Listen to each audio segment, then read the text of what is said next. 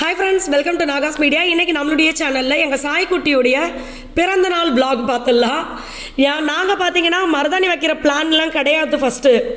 ஆனால் ஃப்ரெண்டு வந்துட்டாங்க வீட்டுக்கு, அதனால் அவங்க சூப்பராக மருதாணி வச்சு விடுவாங்க ஆயிஷான்னு சொல்லி.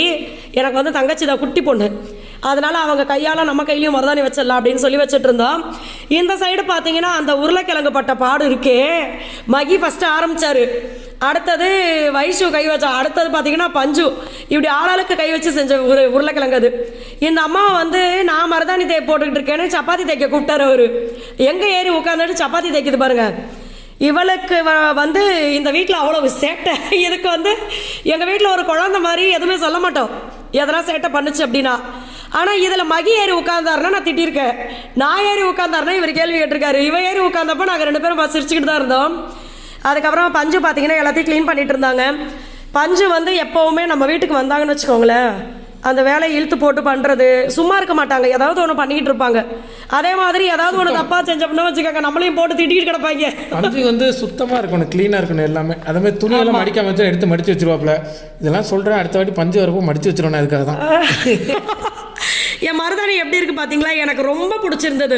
நான் சொல்லியிருந்தேன் சிம்பிள் டிசைன் போடுறான்னு, ரொம்ப அழகாக பண்ணியிருந்தாங்க. அதுக்கப்புறம் பார்த்தீங்கன்னா காருண்யா குட்டிக்கும் ஜெஸ்ஸி குட்டிக்கும் போட்டாங்க மருதாணி. 2 பேருக்கும் பார்த்தீங்கன்னா அவ்வளோ ஆர்வம். ஆனால் இந்த மருதாணியை போட்டுக்கிற ஆர்வத்தை விட உடனே அதை கையை கழுவி பாத்திரணுன்ற ஆர்வம் தான் இந்த பிள்ளைங்களுக்கு அதிகமாக இருக்குது. நானும் பார்த்தீங்கன்னா ஒரு 1.5 மணி நேரம் என்னவோ 1 மணி நேரம் தான் கையில் வச்சுருந்தேன். அதுக்கப்புறமா போய் தேங்காய் எண்ணெயை வச்சே தேய்ச்சி எடுங்கக்கா, அப்போ தான் அது நல்லா டார்க்காக பிடிக்கும் அப்படின்னு சொல்லியிருந்தாங்க. அதே மாதிரி பண்ணேன். இவங்க பார்த்தீங்கன்னா வேலன் பார்க் தம்பி, அவங்க பெரிய கிஃப்டாக கொண்டு வந்திருந்தாங்க. அதுக்கப்புறமா பார்த்தீங்கன்னா அக்காவும் அண்ணனும் வந்துட்டாங்க. ராணி ஜுவல்லரி அவங்க அக்காவும் அண்ணன் வந்துட்டாங்க. அதுக்கப்புறம் பார்த்தீங்கன்னா எங்கள் மாமியார், பஞ்சு, வைஷு, மணி, ஐஷா, இந்த மாதிரி எல்லாருமே இருந்தாங்க. சாய்தேவ் நான் போய் ஜெஸ்ஸி அக்காவை கூட்டின்னு வரட்டேன் அப்படின்ட்டு கிளம்புனா, ஜெஸ்ஸி இங்கே தான்டா இருக்கா, வருவா அப்படின்னு சொன்ன உடனே வந்துட்டான். நான் அதாவது சாய் குட்டி பார்த்தீங்கன்னா எப்படி காருண்யான்னு எல்லாத்துக்கும் கூப்பிட்றானோ, இப்போ ஜெஸ்ஸி இருக்கிறனால ஜெஸ்ஸின்னு அவளையும் சேர்த்து கூப்பிட்டுட்டு இருக்கான். அடுத்தது பார்த்தீங்கன்னா எல்லாரும் கிளம்பி வந்துட்டாங்க. பர்த்டே பாயே வந்துட்டான். ஆனால் செலிப்ரேட் பண்ணுறதுக்கு வந்த ஆள் பார்த்தீங்கன்னா காணா வைஷு. நான் போய் கிளம்பிட்டு வரேன்னு போன ஆள் 1 மணி நேரமாக கீழே வரல. அதுக்கப்புறம் மெழுகுவத்தியை பற்ற வச்சு அதை ஊதாதப்பா, தொட்டு சாமியை கும்பிட்டுட்டு வெட்டுப்பான்னு சொன்னேன். அவன் உண்மையாகவே பார்த்தீங்கன்னா சாமி கும்பிட்டா சாய்தேவு. மெழுகுவத்தியை ஊதாதப்பா அப்படின்னு நான் சொல்லிட்டேன். ஏன்னா மெழுகுவத்தியை வந்து ஊதக்கூடாதுன்னு என்கிட்ட எப்போயோ ஒரு சிஸ்டர் சொன்னாங்க, நம்ம சப்ஸ்கிரைபர் ஃப்ரெண்டு. அதனால் அதுலேருந்து ஊத வைக்கிறதே கிடையாது. ஆனால் பாப்பா பர்த்டேக்கு பார்த்தீங்கன்னா பெரியவங்கெல்லாம் சுற்றி இருந்ததுனால மெழுகுவத்தியை ஊத சொன்னதுனால ஊதி இருந்தது. அங்கே பாருங்க சாமி கும்பிட்டா பார்த்தீங்களா, சாமியை கும்பிட்டு ஓடிட்டு இருக்கு. Ready start. Happy birthday to you Aisha.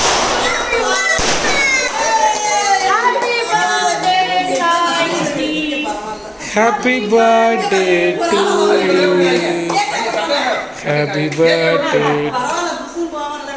அவ்வளோதான். கேக்கில் போட்டுறான். டேய் இங்கே வர்றா. ஏய் தேங்காய் உடைச்சிட்டு நீயே பொறுக்காதரா. டேய் மணி சாயந்தா போய் கேக் சாப்பிட்றா. கேக்கில் கொட்டிடாத. அதை சாய் பார்த்தீங்கன்னா செம சந்தோஷமாயிட்டான். ஆனால் என்னன்னா எப்போவுமே பார்த்தீங்கன்னா குழந்தைங்க நம்மக்கிட்ட பெருசாக எதுவும் எதிர்பார்க்க மாட்டாங்க. அவங்களுக்கு வந்து சின்ன சின்ன விஷயங்கள், நீங்கள் சும்மா ஒரே ஒரு பென்சிலை வாங்கி அதில் கலர் பேப்பரை சுற்றி அவங்கக்கிட்ட கொடுங்களேன், ரொம்ப சந்தோஷமாக ஏற்றுக்குவாங்க. எல்லாரும் கொண்டு வந்த கிஃப்ட்டை விட நான் கொடுத்த கிஃப்ட்டை நீங்கள் இப்போ பாருங்கள். அடுத்து அதுக்கு தான் இதை சொன்னேன். இந்த பட்டாசை டும்முன்னு வெடிச்சாங்க பாருங்க கேக் கட் பண்ணும்போது, அந்த சத்தத்தை கேட்டு தான் இந்த ஆள் ஓ அப்படின்னு சொல்லிட்டு கீழே கிளம்பி வந்தது. அது வரைக்கும் அந்த ஆள் பார்த்தீங்கன்னா அழகாக ரெடி ஆகிட்டு வரேன்ட்டு போயிடுச்சு.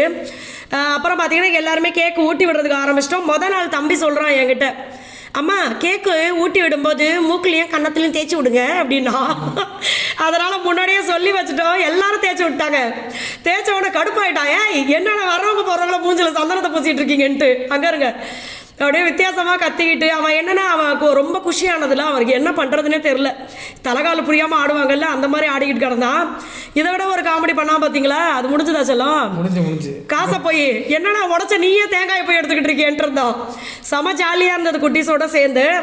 அதுக்கப்புறமா பார்த்தீங்கன்னா எல்லாரும் கிஃப்ட் கொடுத்துட்டாங்களா. இந்த மருதாணியை வந்து கழுவி பார்க்குறதுல அவங்க எப்படி இன்ட்ரெஸ்ட் காமிச்சாங்களோ அது மாதிரி சாய்தேவ் எப்பம்மா பிரிக்கிறது இப்படின்ட்டு கிடந்தா. டே இருடா ஒரு வீடியோ எடுத்துக்கிறேன் அப்படின்னா. ஆனால் தங்கமான புள்ள அவனை நான் இப்போ வாட்ச் பண்ணுறேன் அதிகமாக. என்ன பண்ணுறான்னு பார்த்தீங்கன்னா, ஒரு விஷயம் அவன் கேட்குறான், அது அவன் கையிலேயே இருந்தால் கூட கொஞ்சம் நேரம் கழிச்சு தான் இது அதை ஓப்பன் பண்ணணும், அவசரப்படக்கூடாது அப்படின்னு சொல்லிட்டோன்னா புள்ள வெயிட் பண்ணுறான். என்ன 1 மணி நேரம் வெயிட் பண்ண சொன்னால் அதில் 1000 வாட்டி என்ன வந்து கேட்டுறான், வெட்டட்டா எடுக்கட்டா பிரிக்கட்டா அப்படின்ட்டு. அதே மாதிரி வந்து பார்த்தீங்கன்னா, இப்போ வயசு கொடுத்த கிஃப்டாக இருக்கட்டும், அவங்க மணியும் அவங்களும் சேர்ந்து கொடுத்தாங்க, ஆயிஷாவும் சேர்ந்து ஒரு கிஃப்ட் கொடுத்தாங்க, செம கிஃப்ட் இது. அப்புறம் வந்து நம்ம ராணி ஜுவல்லரிலேருந்து ஒரு ஜுவல்ஸ் ஒன்று வந்தது, அண்ணா வந்து தம்பிக்கு செயின் கொண்டு வந்தாங்க. ஸோ ரொம்ப ஹாப்பியாக இருந்தது சாய்தேவுக்கு இதெல்லாம் பார்க்கும்போது. ஏன்னா நாங்கள் காரணியாவுக்கு வந்து ரொம்ப இன்னும் பிரம்மாண்டமாக பயங்கரமாக பண்ணோம் பர்த்டேக்கு. அதை பார்த்துட்டு சாய்தேவ் சொன்னான், அப்பா நீங்கள் அக்காவுக்கு சொன்ன மாதிரியே எல்லாரையும் கூப்பிட்டு வர வச்சு பண்ணணுன்ட்டு. நான் சொன்னேன், என்னடா சும்மா எல்லாரையும் கூப்பிட்டு அவங்கவுங்க வேலை விட்டு வர்றப்ப எல்லாம் டென்ஷன் ஆயிடுவாங்கடா, முக்கியமான ஆளை மட்டும் நம்ம கூப்பிடுன்னு சொல்லிட்டு ஒரு சிலர் மட்டும் இன்வைட் பண்ணியிருந்தோம். அவங்களே வந்து பாதி பேர் வந்து பார்த்தீங்கன்னா தூரத்துலேருந்து வரணும்னு அதை நாங்களே சொல்லிட்டோம். நீ வந்து பர்த்டே முடிஞ்சா வாங்கலன்னு வேலையை பாருங்க, ஒன்றும் பிரச்சனை இல்லை, அதெல்லாம் நான் சங்கடப்பட மாட்டேன்னு சொல்லிட்டேன். எல்லாருமே வரணும்னு ஆசை தான். ஏன்னா பாப்பா பர்த்டே பார்த்தீங்கன்னா என்னுடைய ஃப்ரெண்டு இப்போ அஸ்வின் அம்மாலாம் இருக்காங்க, அது மாதிரி நிறைய பேர் இருக்காங்க.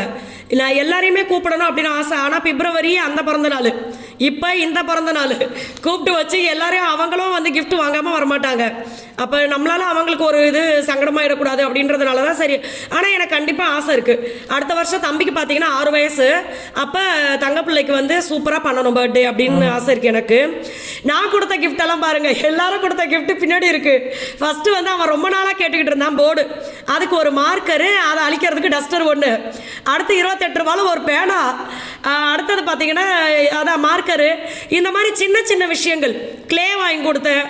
அது மாதிரி எல்லாமே பார்த்தீங்கன்னா நான் எடுத்ததில் அந்த போர்டு மட்டும்தான் ரேட் அதிகம், மற்றது எல்லாம் 20 ரூபா 30 ரூபா 50 ரூபா இந்த மாதிரி தான் எடுத்தேன். ஆனால் என்ன ட்ரிக்கு தெரியுமா, நான் ஒரு ஆளே இத்தனை கிஃப்ட் கொடுக்கவும் அவனுக்கு சந்தோஷம் தாங்கலை. வாங்கி சோஃபாவில் வைக்கிறது வர்றது இப்படி ஆயிடுச்சு. உண்மையாகவே குழந்தைங்களுக்கு வந்து நம்ம அப்ரிஷியேட் பண்ணணும். அவங்க ஒரு நல்லது செய்கிறாங்க அப்படின்னா இதை விட பெஸ்ட்டாக இன்னொரு குழந்தை பண்ணுது அப்படிலாம் சொல்லவே கூடாது.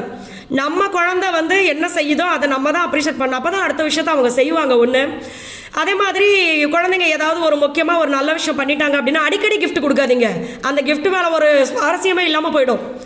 ஏதாவது அவங்க நல்ல விஷயம் பண்ணுறாங்க, இப்போ எக்ஸாமில் நல்ல மார்க் எடுத்திருக்காங்க அப்படின்னா அவங்களுக்கே தெரியாமல் ஒரு சின்ன கிஃப்ட்டை வாங்கி பேக் பண்ணி கொடுங்க, அவங்க ரொம்ப சந்தோஷப்படுவாங்க. அதுக்காகவே இன்னும் உழைக்க ஆரம்பிச்சிருவாங்க அது நல்ல பேர் எடுக்கணும்னு. ஸோ இது வந்து பேபி டிப்ஸ், ஓகேங்களா, இதை வந்து ஃபாலோ பண்ணிக்கோங்க. அடுத்தது பார்த்தீங்கன்னா எல்லாருமே அப்படியே வட்டமாக உட்காந்தாச்சு. எனக்கு அவ்வளோ சந்தோஷமாக இருந்தது உண்மையாகவே. ஏன்னா வீட்டுக்கு வந்த அத்தனை பேரும் பார்த்தீங்கன்னா எங்களை சந்தோஷப்படுத்தி பார்க்குறவங்க. நான் ஏதாவது கவலை அப்படின்னாலுமே இவங்க 2 பேருக்கு உடனே கால் பண்ணிடுவேன்.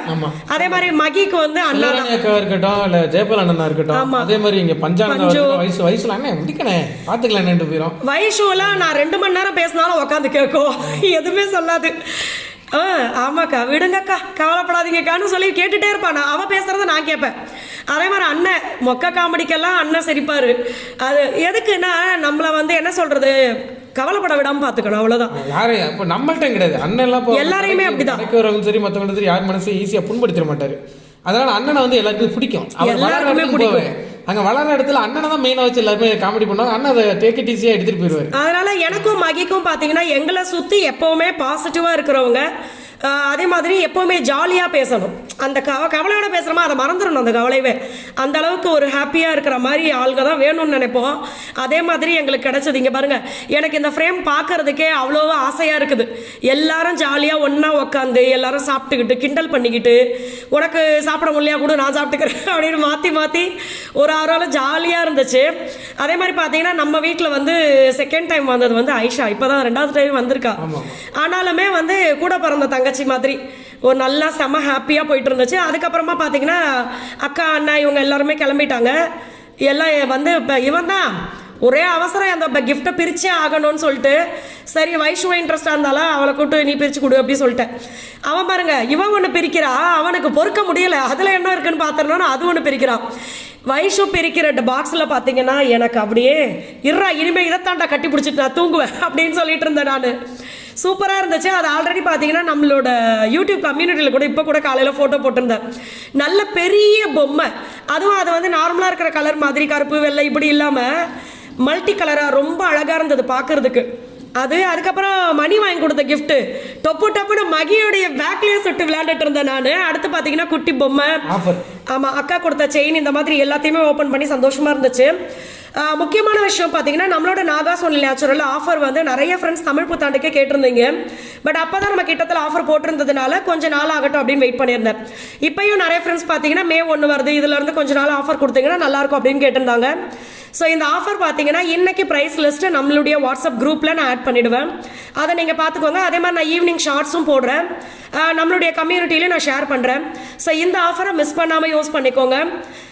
இப்போ வந்து நான் இப்போ ஒரு 3 டேஸாக நம்மளுடைய ப்ராடக்ட் பற்றி நிறைய ஃப்ரெண்ட்ஸ் வந்து திருப்பியும் ஃபர்ஸ்ட்லேருந்து என்னென்ன ப்ராடக்ட் இருக்குது, இப்போ நியூ லான்ச், இது எல்லாத்தையும் பற்றி டீட்டெயிலாக சொன்னீங்கன்னா நல்லாயிருக்கும் அப்படின்னு கேட்டதுனால நான் ஷார்ட்ஸில் வந்து டெய்லி போஸ்ட் பண்ணிகிட்டே இருக்கேன்.